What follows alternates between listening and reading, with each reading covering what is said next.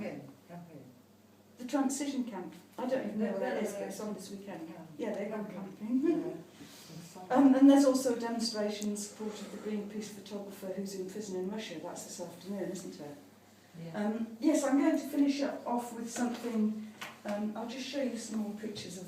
Oh, where have I gone? Oh dear. Oh dear. Sorry, I've touched something by accident. Sorry about that. See if you can zoom. These are more pictures of Margaret Macmillan Forest Garden. That's Alpi. That's Rob's sculpture again. I'll read you what Alpi said to me. Actually, he said all this before he heard that Rob had... I didn't touch anything.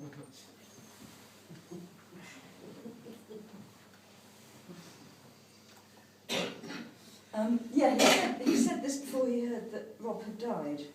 He said, "It's amazing how you can find sanity by getting into forest gardening in London and looking at how you can permaculturise a city, making contact with nature and looking at how to protect and increase it.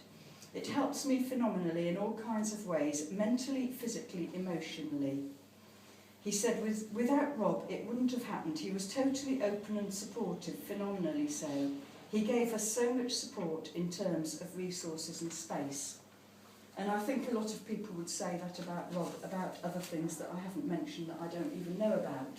So I'm going to finish off with more pictures of Rob's exhibition, and if anybody wants to say anything, if anybody knows Rob and wants to say anything, or if anybody has any reactions they want to share about Rob's sculpture, please, you're welcome to do it.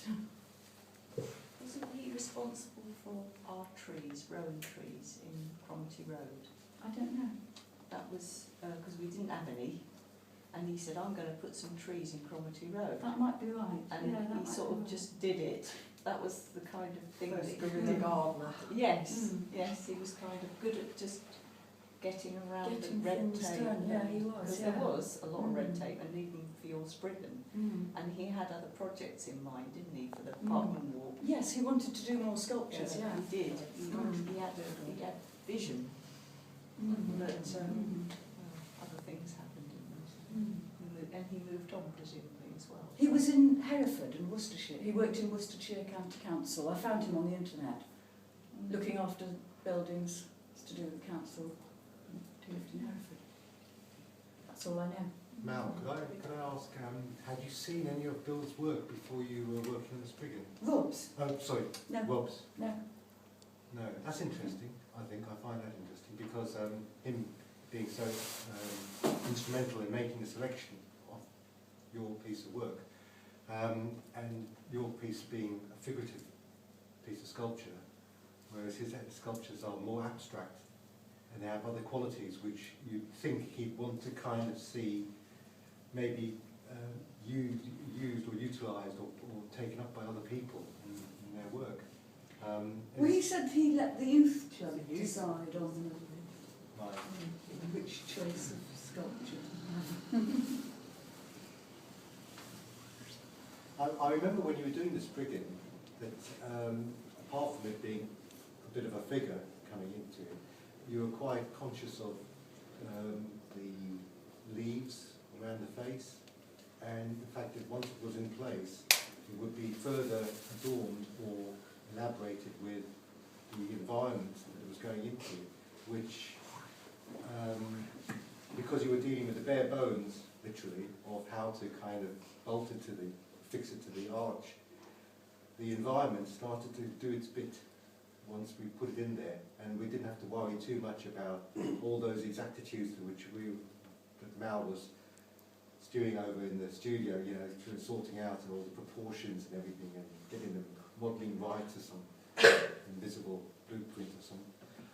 That once it went into this space, it started to then take on a presence and a life of its own, which I was hoping would happen.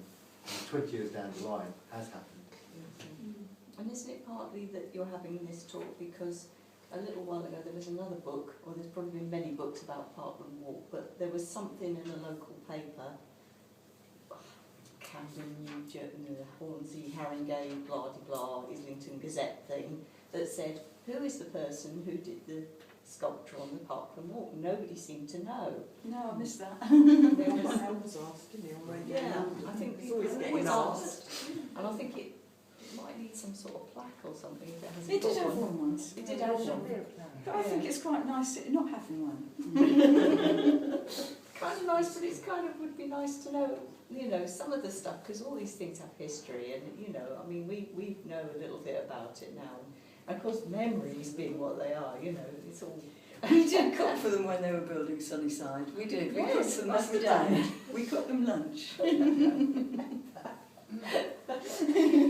that's it. That's the thing, isn't it? These things can disappear. You know, the whole history of something, and it's all due to that man's, you know, and you, and of course, and Joe helping a lot, you know, and finding the right people to help do put it in place, which might be a lot more difficult now, and certainly cost a lot more money. You wouldn't be able to find people to do, you know, all those people who've got equipment and did things for nothing. You wouldn't find that now, would you? Yeah, You just wouldn't find it. I think you would with health and safety. Yeah, and health and safety, and we didn't have public liability insurance. We didn't have public liability It might insurance. fall on somebody's head. Mm. There's the Friends of the Parkland Walk, the group. Have you identified yourself to them? I've seen them, yeah. I mean, if Not them. the I think word I am a to be friend of the Parkland Walk, actually. if there were to be another sculpture, it seemed that they would be the group to make it happen or take an interest in it. Maybe something at one of the ends of the walk. Yeah. I think I did send this. I sent the poster to them. Yeah, I did. Anyway, Rob seems to want to be up there because it's gone back to him again, isn't it strange? It's kind of interesting going back to your, it's interesting going back to the organic shapes of your drawings because they look a bit like because his sculptures are very The bottom one. very organic. Have you done any public sculpture since? There's something in Chettle Court Estate just here actually. I don't know if it's still there because I've not been there for a while. In the garden. That's supposed to be a water feature, but they never put water on. And priory pots. And there's another one in Priory Park that you can't see because it's behind a very thick edge of roses and Where's Tiny pots or which something. bit of in the Philosopher's Garden. How do you know it's completely hidden? Well, you can just about make it out in the winter if you peer through the branches. And what is it? It's again, Joe's been involved with all these things actually. It's a drop shape. It's shaped like a drop of water, and then there's a thing underneath it that's like ripples of. Sorry, I didn't do any pictures of these things. I just Solar powered as well, isn't it? Well, it was until I mean, when it came- works.